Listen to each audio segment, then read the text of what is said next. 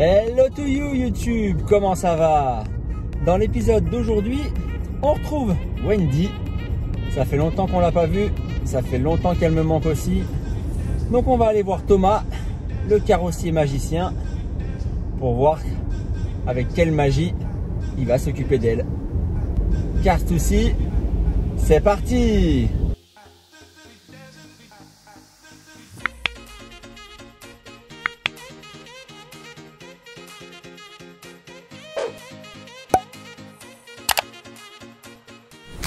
Pas mal de démontage au programme de la journée.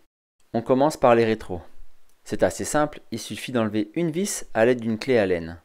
En dévissant, le crochet qui maintient le rétroviseur à la porte recule et permet la séparation. C'est vraiment simple et super ingénieux. L'excellente surprise, c'est que les rétros ont l'air d'être électriques. Mais alors pourquoi avoir coupé les fils et ne pas les avoir raccordés pour avoir la fonction disponible dans la voiture? Ça restera un mystère. Après, rien ne m'assure qu'il fonctionne.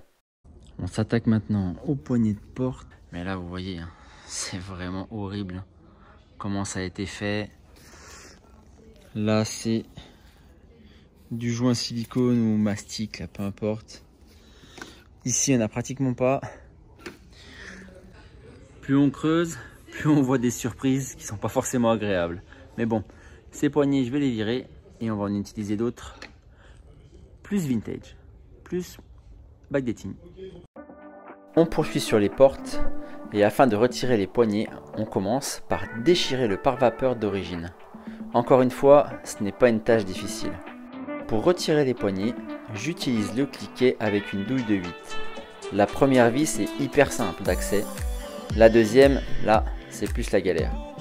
Il faudra enlever le cache noir à gauche de l'écrou pour la portière conducteur et à droite de l'écrou pour la portière passager. Le cache est maintenu par deux vis cruciformes dans le montant de la porte. Il est beaucoup plus facile d'atteindre la deuxième écrou une fois le cache retiré.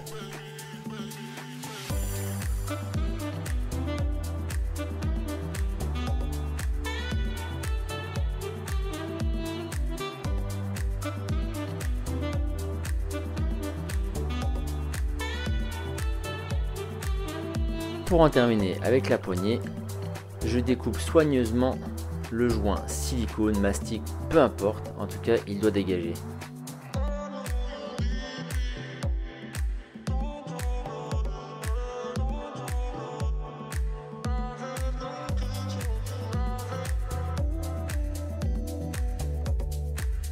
Je débranche la connectique pour la fermeture centralisée et le tour est joué. On fait la même chose pour le côté passager et là j'étais clairement pas prêt. Allez, je vous montre le massacre. En fait, vous allez rire, c'est pas des poignées, c'est des couvre-poignées. Donc là ils ont rajouté du mastic, du cinto, du silicone, tout ce qu'ils pouvaient en gros pour cacher. Il s'est pris pour Nakai-san, je pense, celui qui a fait ça. Mais bon, au moins ce qui est cool, c'est qu'on n'a pas forcément besoin de racheter des poignées. On aura peut-être juste besoin de leur faire une petite beauté. Allez, j'enchaîne. On enchaîne avec les gâches de serrure de porte. Deux vis Torx à retirer et le tour est joué.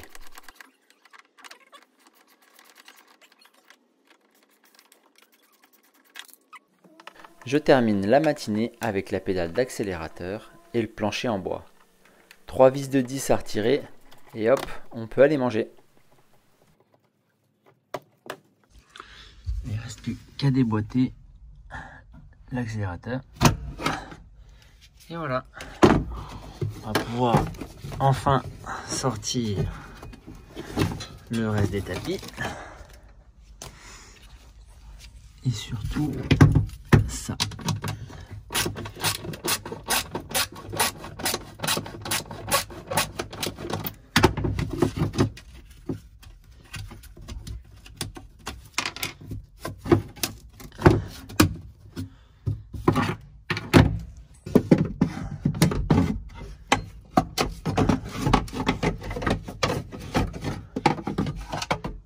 Et voilà. Donc ce qui est à garder, c'est la butée d'embrayage ici que je vais récupérer pour mettre donc sur les floorboards de chez Renline. Après avoir fait le plein d'énergie, je m'attaque au jonc de la lunette arrière. Je continue avec les deux custodes. Les joncs sont en alu, donc ne prenez pas peur s'ils se déforment lorsque vous les enlevez. Il est temps maintenant de faire tomber les deux custodes. C'est là que j'ai le plus galéré aujourd'hui. Ce n'est pas difficile, mais ça a été long, enfin pour moi. Le but est de soulever le joint par l'intérieur de la voiture afin de le rabattre derrière la lèvre en métal. Sur ces modèles de 911 classiques, il n'y a pas de vis pour maintenir le cadre du vitrage. Les custodes sont seulement maintenus à l'aide du joint.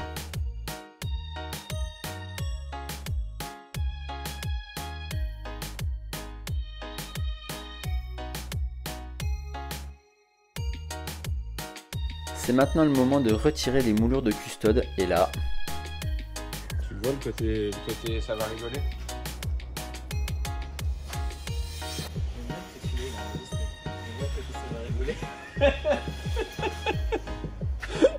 Comme Thomas avait envie de rigoler, je lui laisse le côté conducteur. Un petit coup de nettoyage de la moulure avec la classe de 30 ans d'âge s'il vous plaît. Une vis sur 5 facile à retirer, le reste pas envie. Après un coup de produit magique et 10 minutes d'attente, victoire. Les 4 dernières vis sortent. Bon, j'ai laissé le côté le plus dur au vrai professionnel. Hein. Le remède à la perceuse, ça marche toujours. Dernier démontage avec les joints de porte avant le plat de résistance. Je vous avoue que j'ai pas pris de caleçon de rechange, mais j'aurais peut-être dû. Après avoir placé, mesuré, regardé, placé, mesuré, regardé, enfin vous m'avez compris, Thomas passe au marquage avant la chirurgie esthétique de Wendy. Il prépare la découpe avec un scotch de 5 cm de large. Comme ça, on aura une bonne marge de sécurité avant la coupe finale et la soudure de la nouvelle aile. Allez, le moment tant attendu est arrivé. Thomas perce un trou à peu près au centre de l'aile afin d'avoir un bon départ pour la coupe. Perso, j'aurais utilisé une disqueuse et c'est là qu'on voit que je ne suis pas un professionnel. Bien sûr, c'est tout à fait réalisable à la disqueuse, mais la scie sabre, surtout petite et pneumatique comme celle-ci, est préférable. Et voilà pourquoi. Pas d'étincelles, surtout vu qu'on a retiré les custodes, faudrait pas abîmer l'intérieur. Et les conduites d'essence, elles ne sont pas à 1 km.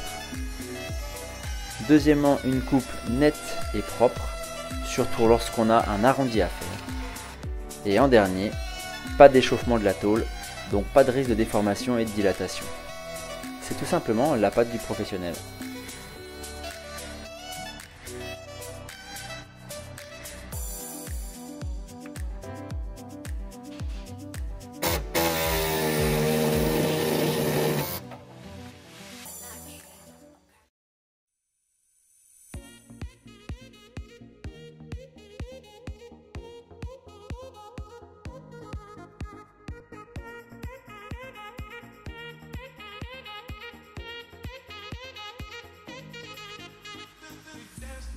C'est là-dessus que se termine l'épisode d'aujourd'hui. Merci à vous de l'avoir regardé. On a battu pas mal de boulot, même si c'est des petites choses, mais tout cumulé, c'est pas compliqué à faire, tout le monde peut y arriver. La preuve, c'est toujours ça en moins que le carrossier que Thomas aura à faire.